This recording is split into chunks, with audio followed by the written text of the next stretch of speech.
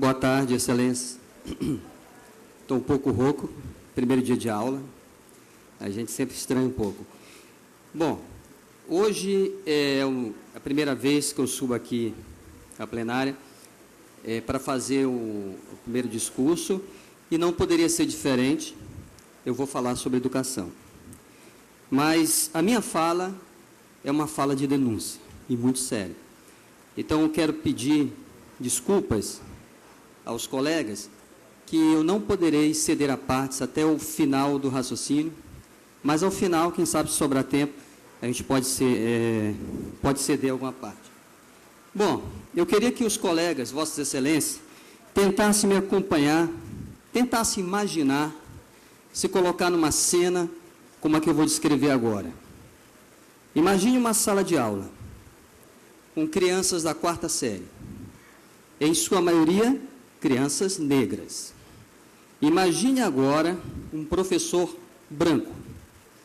Imagine que esse professor, um tanto chateado talvez com a fala de um desses alunos, um aluno que, por sinal, possua alguma dificuldade de interpretação e por isso talvez não consiga prestar atenção na aula, esse professor, no momento de fúria, avance sobre a criança, pegue pelos ombros, saculeje e diga: você é um fedorento! Imagine a cena. Tenta imaginar, senhores. Infelizmente, eu não estou contando aqui uma cena de um filme. Eu não estou narrando para vocês, parece até aqueles filmes, né, de luta pelos direitos civis nos Estados Unidos, né, em meados do século XX, mas eu não estou falando disso. Eu estou falando, infelizmente, de uma cena real. E uma cena que aconteceu numa sala de aula de uma escola do município de Vitória. E como é que eu sei disso? Eu sei pela própria mãe, que chorando me contou essa história. Eu sei porque eu vi o olhar daquela senhora, em lágrimas, em plantos, contando essa história. E a prova dessa história está aqui, no documento. Vocês podem consultar processo 2067245/2014, processo administrativo disciplinar da Prefeitura de Vitória.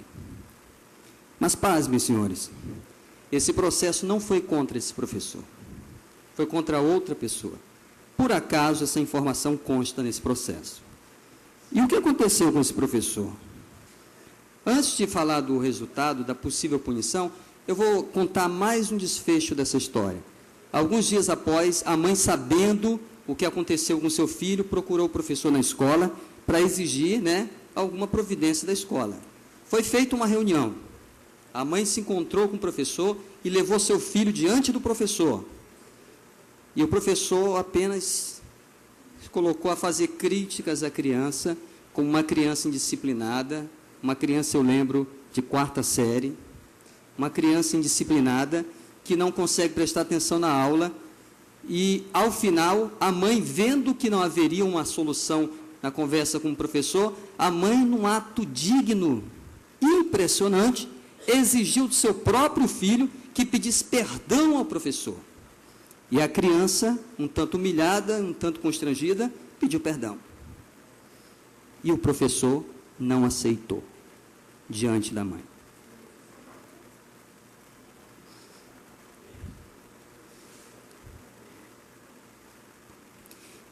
Me desculpe a emoção. Eu sou professor. Eu não consigo imaginar que tipo de profissional consegue torturar uma criança dessa forma.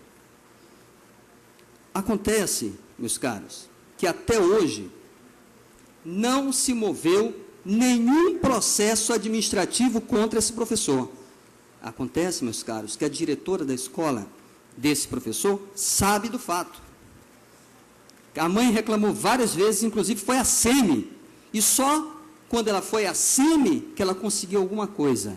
A transferência do filho dela, da sala desse professor, para outra sala de aula, onde o filho se encontrou com uma professora de verdade, que soube melhorar o desempenho dele naquele ano acadêmico. Mas e o professor? Nada aconteceu. E a diretora? é que a gente chama mesmo isso? Quando uma autoridade pública que sabe de uma situação dessa, de violência contra uma criança, não toma nenhuma providência? Como é que se chama? Isso é crime. Isso se chama o quê? Prevaricação. É inacreditável isso. Eu não sei como é que alguém pode fazer isso.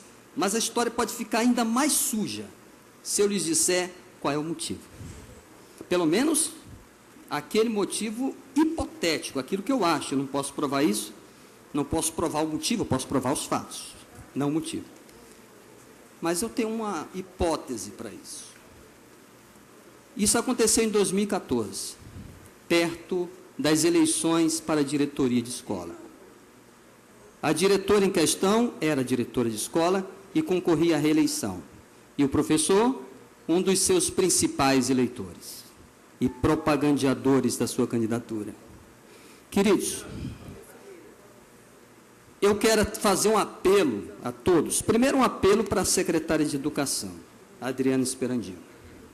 Eu estive com ela 2 semanas atrás, entreguei em mãos esse caso. Eu espero providências. Eu espero que se abra um processo administrativo contra esse professor e contra essa diretora. É o mínimo que se pode fazer. Eu não estou exigindo punição, porque todo mundo tem um direito ao contraditório e à ampla defesa. Eu estou exigindo que se abra um processo para investigar e não se cale perante uma tortura de uma criança como essa que aconteceu numa escola de Vitória. É isso que eu estou exigindo. Mas eu quero pedir também ao prefeito Luciano Rezende e à secretária de Educação que reflitam sobre a validade da reeleição para diretores de escola. Porque a reeleição para diretores de escola pode gerar esse tipo de situação em que um diretor faz vistas grossas com relação, inclusive, à tortura de crianças para poder se reeleger. Eu acho que a gente tem que repensar isso. Está na hora de acabar com essa reeleição para diretor.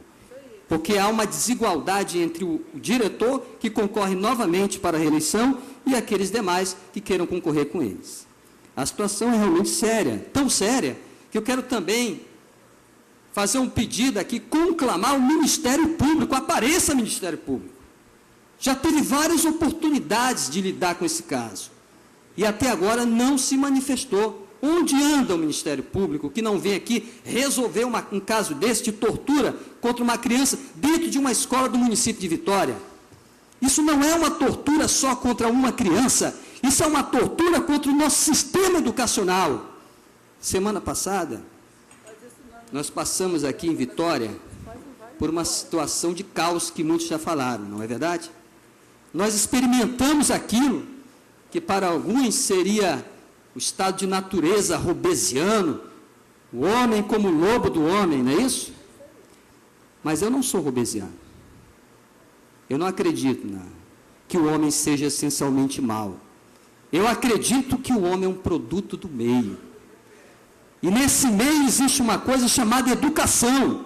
Se a nossa sociedade é incapaz de viver sem polícia, sem vigília, é porque nós fomos muito mal educados.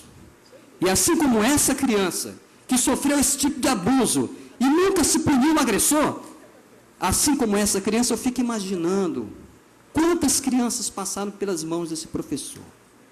Quantas crianças, e que aula que ele deu para essas crianças? Aula de quê? De violência? Pois então, essas crianças crescem um dia. E um dia saem às ruas para saquear, para praticar a violência que aprenderam na sala de aula. Por isso, para encerrar, né, presidente? Para encerrar, eu quero deixar aqui... Vossa Excelência tem 1 minuto ainda. 50 segundos. Obrigado, Excelência. No meu primeiro discurso, eu vim aqui em tom de desabafo, exigir da secretária de Educação, a senhora Adriana Esperandio, que apure esse caso. Não é possível aceitar que isso passe impune, porque isso não é uma agressão a uma criança, isso é uma agressão aos direitos humanos acima de tudo. Vossa Excelência, uma parte. Posso permitir a parte agora?